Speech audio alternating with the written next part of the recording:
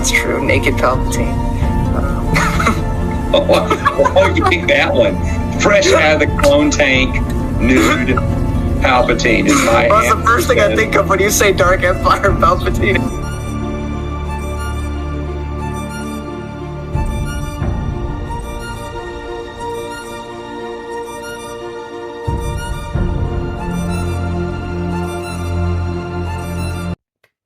Hello everybody and welcome back to the Star Wars Expanded Universe, narrated by Disney or current Lucasfilm. Whichever way you slice it, Legends.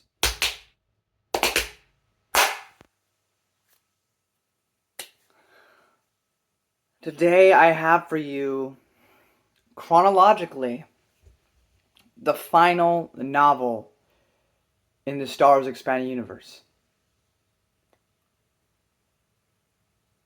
We have the Legacy comics to go through a second time, which will be coming down the line for the videos. But that was one publication-wise written before this, and doesn't really address anything that this book leaves off with. But today we have Crucible by the ever-present Troy Denning.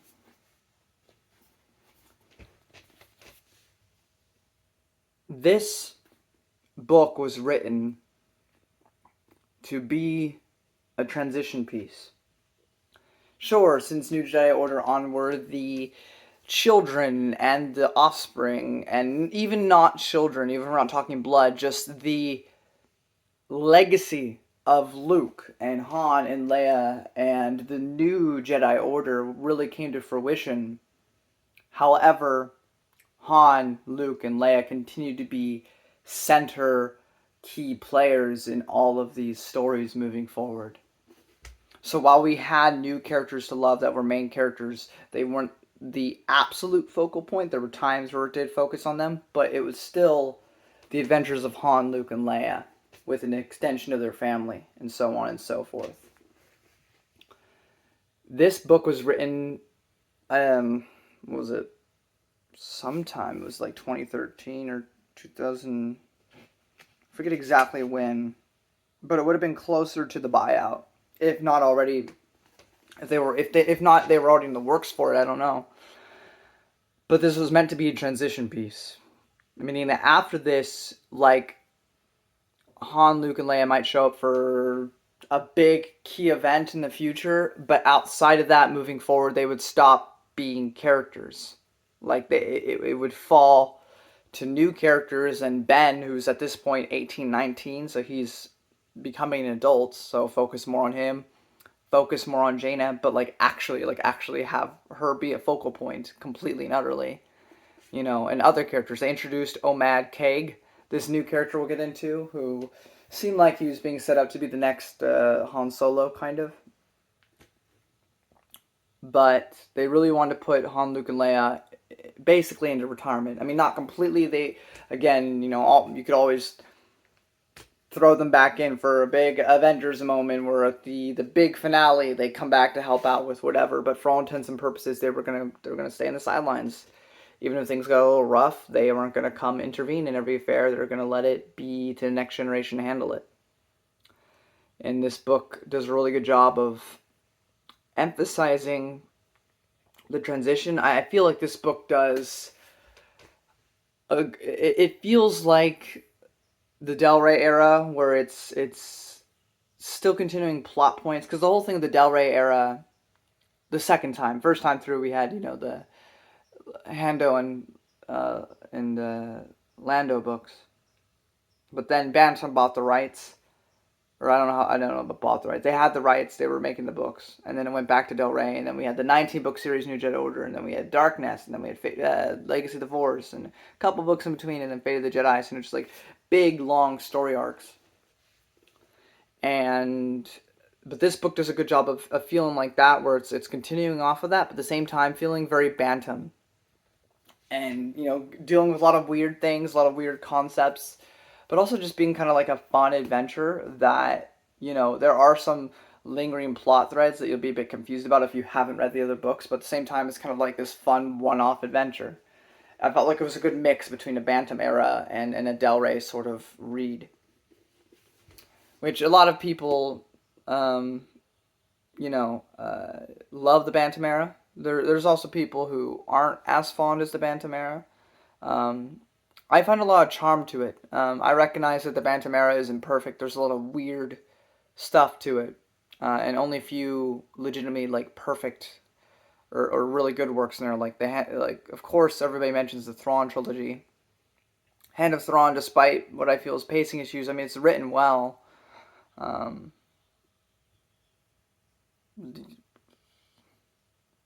X-Wing, I guess. I guess those are the only ones that would be considered, because the other ones I have a deep personal love for a lot of them. Courtship of Princess Leia, I argue, is pretty solid. People make gripes about it, but I think it's overall written well. Especially for what it was intending to be. It's like if you make a romance movie and somebody goes, "Well, this doesn't have. Where's Michael Myers slaughtering people? I don't understand." It's like, well, you came to a romance movie, you didn't come to a horror movie. Like it's all about genre. Like this book was meant to be a romantic comedy, so if you go into it expecting something else, well, then of course you're going to be upset. But that's not a fault of the book. That's a fault with you.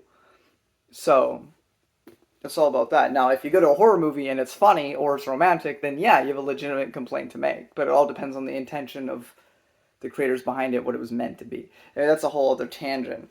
But basically, a lot of the Bantam era is flawed, but I find so much charm to a lot of it that I love. And I feel like there's a good balance between the two. But it just emphasizes a lot of things. Han and Leia have been through a lot. Even if you, try to drop some stories, you still have all of New Jedi Order, and there's a lot that goes on in that. And Luke has been the leader of the Jedi Order for 40 years now. And he's not Yoda. He's not going to live for 900 years. And in Star Wars, the best they got is like a couple hundred at most. I don't know the exact age ranges of humans in Star Wars, but I don't imagine it goes past 200 at the most. But even that I think might be stretching. I think it's more closer to like 150. Like it just gives you a little bit longer time than real life gives you. But he's getting older. And he's done a lot. I mean, if you're looking at this in universe, out of all the eras of Star Wars, the Jedi who's probably the most influential and has done the most is Luke. In terms of length of time, anyway. And then Han, as much as I love Han, he's not pushing. He is 70 at this point. It's a bit... Two things. I mean, Luke and Leia are Jedi, so they can... Yoda was 900 and still able to do stuff. But, they're 60, so it's a bit more believable that they can still do stuff. But Han's not a Force sensitive, and he's getting older. At some point, man, like you're 70. You are literally 70. You're not going to have too much longer being able to do this. At some point, you got to stop. I also really like this cover art. This cover art beats literally anything in Fate of the Jedi. I should also go out and say it. I've had a fundamentally different experience reading this a second time through than I did the first time. I think this book is better than the entirety of Fate of the Jedi. Despite the weird elements. That was probably one of my biggest gripes the first time was how weird this book is. However, and we'll get into that in spoilers, but after now having gone through the entirety of the EU, I've read the Marvel comics, I've read the Pizzazz comics, the 3D comics, I've read Supernatural Encounters, I've read Devil Worlds, I've seen the weirder side of the expanded universe. Cosmic things, weirder things. So the things that happen in this book aren't that bizarre to me. Like, this comes off as mundane in comparison to some of that stuff. So it didn't bother me as much this time through, and so I think I just ended up having a much better time with it. But yeah, it's basically just a one last great hurrah where Han, Luke, and Leia are the focal point. because the idea was that after this, the focus would turn to the next generation. Of course, then Disney bought the rights, and they made their sequel trilogy. It actually leaves off in such a perfect state where if they were following the books, they could essentially, there's some lingering plot threads, but they were about the right ages to where the actors were by this point. It would have been a perfect transition from this to the big screen. Sure, there's some stuff that need to be recapped in the opening crawl, right? But I feel like that could have worked. To have like a basically new story. Like, there's some of the plot threads that could have been remained in the books, like the Lost Tribe and Vistara Kai, and the Mortis stuff, But they could have just done something new moving forward. But we have what we have. It's just, on the one hand, it is sort of a nice end cap to Han, Luke, and Leia's story, but as to the characters that we've grown to love that are EU specific, this is not an ending at all for them. There's so many plot threads left hanging here that it does not feel like an ending to the EU. Definitely an ending adequately well done for the legacy characters, but as for the characters that we've grown to love through the books specifically, there's a lot left to be desired. Vistara Kai is seemingly bad, and she wants to be in control of the Lost Tribe, but they don't trust her right now, so she has to gain that respect by doing a bunch of stuff. And this book doesn't dwell with it at all, but at the same time, Darth Krayt and his one Sith are still out there, and, Luke has some vague notion about them, but, two things. One, he's looking for the Mortis dagger because there are random moments where a tentacle comes out and just kills people, because that's what the end of Fate of the Jedi says, so that's like an active problem. Like, it's not happening every second of every day, but it's happening often enough to where he's making it a priority to go find this thing. So he's not going to even bother with Krayt until that situation's done. But in this book, he's also kind of retiring, so he's leaving that responsibility to the next generation. Abeloth, Krayt, he doesn't know the name Krayt, but that guy, and Vistara. I'm sure he'd come and help if it was like a really, really, really, really big thing. But it's just a thing of, this is a very kind of sweet ending for the movie characters, but not at all an ending for the characters we've invested all these hours into that are new. So it's just really disheartening. Before I even get into spoilers, I don't know if Lucasfilm's not watching my videos. My videos are stupid. But,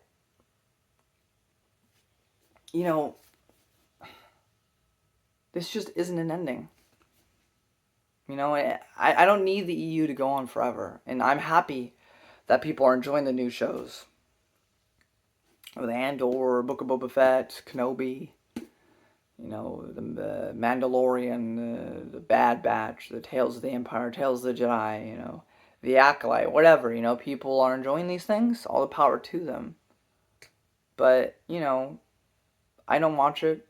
I don't have to watch it. I'm not hating on people who do watch it. I'm not hating on Lucasfilm for making it. Do what you want to do. Boo. But, please, can we have a conclusion? I don't need this to go on forever, but I would like a conclusion. Star Trek got it in their novel verse. Can we please get ours? That's all. I think you'd hear a lot.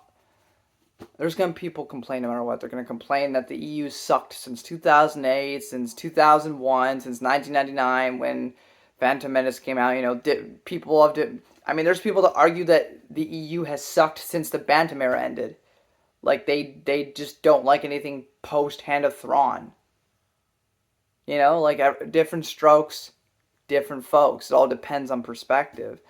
But for those who stuck through it, who stuck through it all for you, and bought these books because we wanted to know more, don't we deserve at least a conclusion to these stories?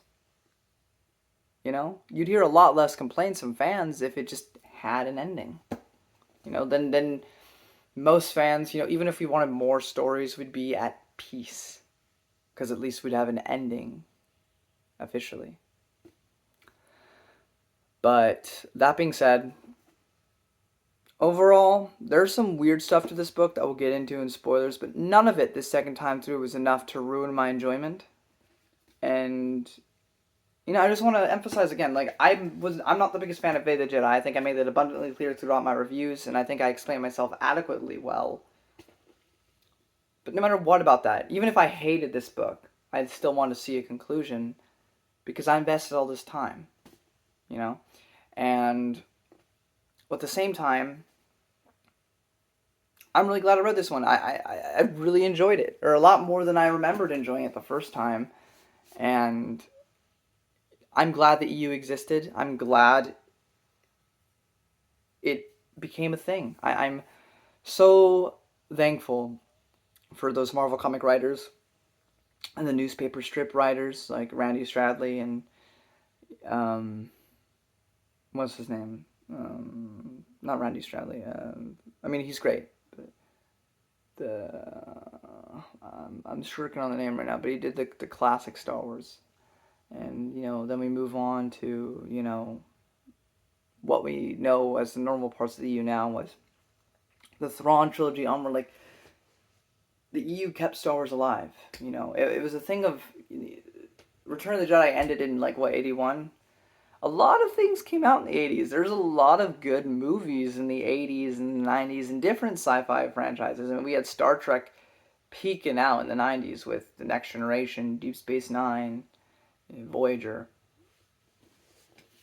And the movies were coming out as well.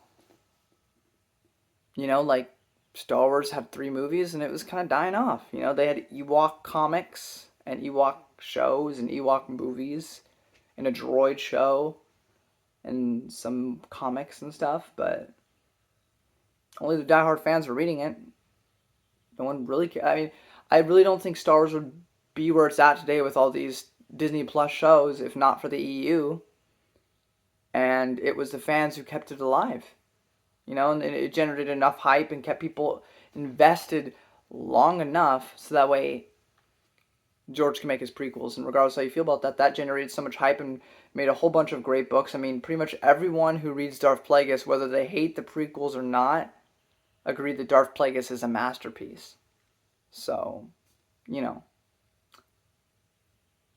Basically, no matter whether you're a new canon fan, a dual canon fan, Star Wars as it is a franchise today, good, bad, ugly, everything in between, everything that Star Wars is, ultimately, since Return of the Jedi anyway, prequels, and any TV show in between that and after that, blah, blah, blah, blah, has to give some measurement of thanks to the EU. So I just want to formally give that here. I mean, I have some more EU stuff. I still got the Legacy comics, and it's not official, of course, but I do the Hand of Thrawn 45 fan fictions, but this is the last EU novel. You know, I have to give my praise to the EU, to all the writers, whether I said your book sucked or not. You know, thank you all for contributing something to this franchise. You know, something that I hate, somebody else may love, and something that I love, somebody else may hate. But there's this vast universe that exists for us to enjoy. You know, I know it's fake. I know it's, you know, it's not like the most important thing in the world, but the world isn't always a place you want to be in. The world sucks sometimes. The world sucks in many places right now. Where I have the luxury to read this book instead of starving and suffering in poverty. You know? Or getting beaten. Or any number of things. Now, I've had my own problems. Especially this year. And when I don't want to be in my own head, I can always escape to a galaxy far, far away. And the EU will always do that for me, even when I complain about it. Understand that, unlike some fans, No matter how much I hate on a story, no matter how much I critique it or try to analyze it, I love the EU as a whole. From every book I love to every book I hate to every book that's just meh. I am thankful for this timeline. I am thankful for the EU and the memories it's brought with it and the friends I've made along the way. Thank you to every single writer that has contributed something. I look forward to meeting some more at Legends Con 2. And I'm thankful to Matthew Stover to listen to me for like 45 minutes in Legends Con 1. Or Abel G. Pena. Barbara Hamley. Like, I'm not a big fan of Children of Jedi. Like, I think it's okay. And I don't like Planet of Twilight. But, you know, meeting her, getting to hear her talk about stuff, was a joy. I would never disrespect that lady. I would never disrespect most of them. Like, they were all so nice and just happy to be there. You know, I have my issues with Stackpole being rude to Captain J. Anderson, but Stackpole still seemed like a really cool guy. Anytime I give beef or I seem angry, like, part of that's for the views, you know? Like, I don't really hate Bounty Hunter Wars that much. It's alright. But I was angry in the moment, and I let that out. Because why not? It's my video. But all this to say that I know I've been a bit harsh lately, especially with Fate of the Jedi. But I love the Expendiverse dearly. And I'm so glad that I have the friends that I've made along the way. And I'm so glad that I've had these videos to help me stay sane as I have all this information in my head to let out. But overall, do I recommend Crucible? I mean, if you've read Fate of the Jedi, yes. I feel like you will be a bit lost if you haven't and try to get into this. But at the same time, it's going to be bittersweet for you if you read this, because while it may give you a satisfying sort of ending feeling for the characters you've read about and watched for years and years and years, the characters that you've grown to love through the novel pages don't have an ending. So it'll feel like a double-edged sword. Regardless, some people may find the weirder aspects more of a problem than I do. A lot of people just haven't read those older comics, and for them this is the weirdest thing they've ever seen. And we'll get into that in spoilers. Basically, I've gone off on a tangent for far too long. I've barely even talked about the plot, but there are these new bad guys, I should say. And they set up base on this weird monolith. But it's not the Mortis monolith, it's something else. And shenanigans ensue, and there's biots, which are these, like, not clones, but they're not cyborgs, but they're like living tissue put on top of like an exoskeleton. It's weird. You know, and then there's like this moment where like Han, Luke, and Leia like kind of die, but they like don't. And then they come back, and it's like this whole weird experience. And again, it's weird. But it's not the weirdest thing in the EU. So, but I can understand why that might put people off a little bit. But overall, I enjoyed it, and I do recommend this book. I mean, it's the last EU book. You gotta at least check it out if, you know, you want to go through everything. But yeah, I'm gonna get into spoilers now if you don't want that. Thank you all so much for watching. And thanks to you, any of you who've, whether you watch a video or several videos, or you've been watching me for 3 years, or you've been watching me since my reread, I don't know, or, you know, since I started Dawn of the Jedi, I don't know. Just thank you all for watching. Thank you all for being here. Thank you all for being fans of the EU. And maybe one day, we'll get a conclusion to some of this. A man can only hope. Alrighty. Gonna get a spoilers. If you don't want that, get the frick out of here. What are you doing? Okay. We got Captain Omad Kaig. He's a minor, but he not a minor like a child, but like he mines rocks and stuff. Anyway, he is very much like a Han Solo-esque character, and like very much like a, oh look, the next generation, similar. And I enjoyed him. I thought he was a pretty decent new character. He's not like the best thing ever or anything, but I was actually interested in him, unlike a lot of characters introduced in Fate of the Jedi, like, you know, a lot of the Moff lesser-in plotline, like, I don't care. I don't care about you, I don't care about the story arc, but with Omad Kaig, you know, I was actually pretty invested. We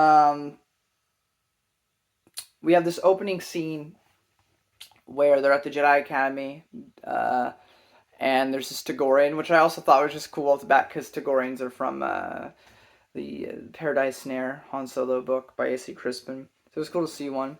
And they do this very good sort of morality test, or to judge one's character, where, Luke, ever so fearful. I mean, he's always been, since Dark Empire, kind of fearful of making Vaders when he himself almost became one. Um, and of course, that doesn't help that he had a bunch of students fall, and then also his nephew. So it's like this big thing that weighs in his heart. But they sort of test this Tagorian by saying, no, saying you did wrong, da da da da da da. We're not dropping you, but you're gonna have to go back to basically Padawan status. And depending on his reaction, would determine whether he stayed a Jedi or not, whether they kicked him out. But he seemed angry, then overall realized what Luke was kind of doing and accepted, humbled himself, and going back to the basics.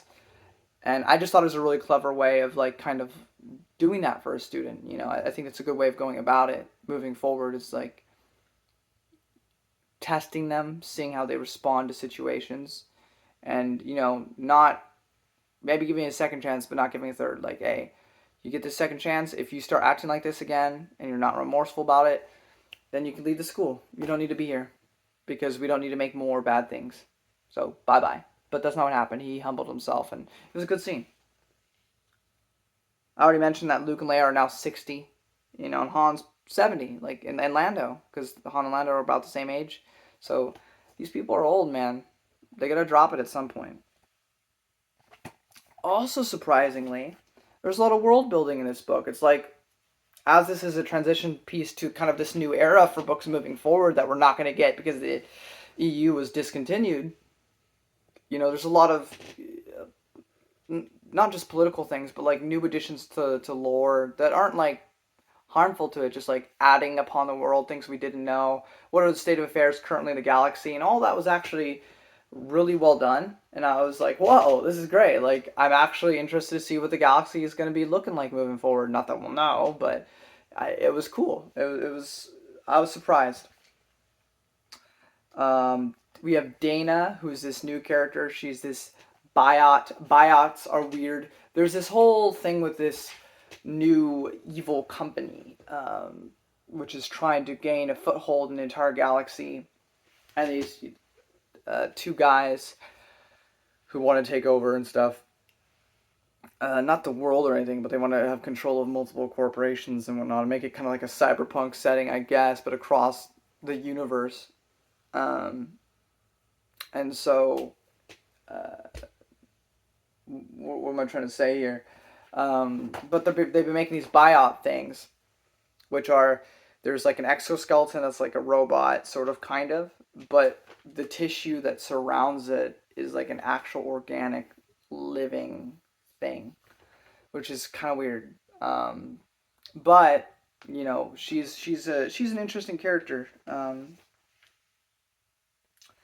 There's this part early on where Han and Lando, I think, start talking about this plan that they're making, and Leia's like, "What plan? What are you talking about?"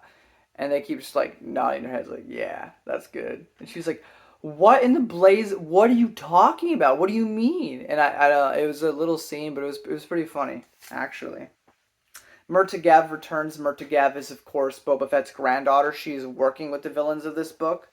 She's a gun for hire, and it's kind of, again, setting up like a lot of things moving forward. She is, I mean, she was already in Legacy of the Force, but she's very much, she's Boba Fett's granddaughter, but she's not Boba Fett. She doesn't have the years that Boba Fett has. She doesn't have the cynicism that Boba Fett had. She's a bit more naive and hopeful that when she makes a deal with people that they're going to keep it. I mean, she's not stupid. She's aware that people can, try to stump her, but she really believes that they'll hold their end of the deal and find a cure to her nanovirus problems. But I really liked her. There was a scene where they're at this gambling place and she's wearing this dress and, kind of being incognito that way. And that's just the thing that, I mean, I think other reviews have said this, but it's the thing that, Boba Fett would never do. He's never going to just, be in a dress. He would even, like, I think there was one time maybe in Legacy of the Force, because Karen Travis was running it, where he actually, like, wore, like a suit and tie. But, like, you would never see Boba Fett, like, take off his armor and get, dressed up like James Bond and go to a casino to be incognito. It just wouldn't happen. He would never do it. So it was interesting to see that the differences and similarities between the two of them. And I really like Murder I've liked her since Legacy of the Force, and that's never let up. This is actually really interesting, and again hypes up Ben as moving forward as perhaps the next Grand Jedi Master. But there's this action scene that takes place, and Ben's flying and doing all these crazy maneuvers. But Lando, now remember, Lando has been around for some time. He's met a bunch of smugglers. He's met a bunch of Rebel Alliance members, now New Republic members, then Galactic Alliance members. He's best friends with Han, one of the best pilots in the galaxy, and best friends with Luke, who is also a really good pilot in the galaxy. Probably better than Han. But let's be honest, partly because of the Force. I would argue if Luke didn't have the Force, Han might have him beat. But that being said, despite everything that Lando knows about these other people that can fly, he says after this scene that that Lando has never seen flying like this since ever, which implies that Ben is able to, star pilot, flight better than either of them, than even Wedge Antilles or Gavin Darklighter or Face Lauren or whatever you want to say, like any X-Wing member basically. Like, he flies better than them all. That's pretty high praise. We have probably the best scene in the entire book for me, which is the interrogation Sabacc scene, where they're trying to get information out of Han. They're also trying to use his answers and his reactions emotionally to create their own biot of him for some reason. I don't know. It was weird. And the part that sticks out to me the most is they try to rattle Han as they ask him 3 specific things. 1, why were you more emotionally affected by Chewie's death than you were Anakin's?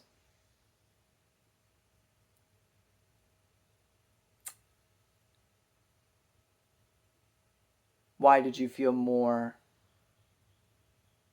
or why did your heart ache more for Anakin than it did for Jason? There's one other one I forget, but it was just these really deep cuts, to hurt Han, but at the same time remind us of where these characters have been. If you've been invested, if you took your time to read everything, not just New Jedi Order, you went beyond and everything. And that's the thing too. I feel like the sequels, that's fine, but their son goes to the dark side, and they abandon each other. Han lost his best friend, lost his youngest, and lost his oldest son.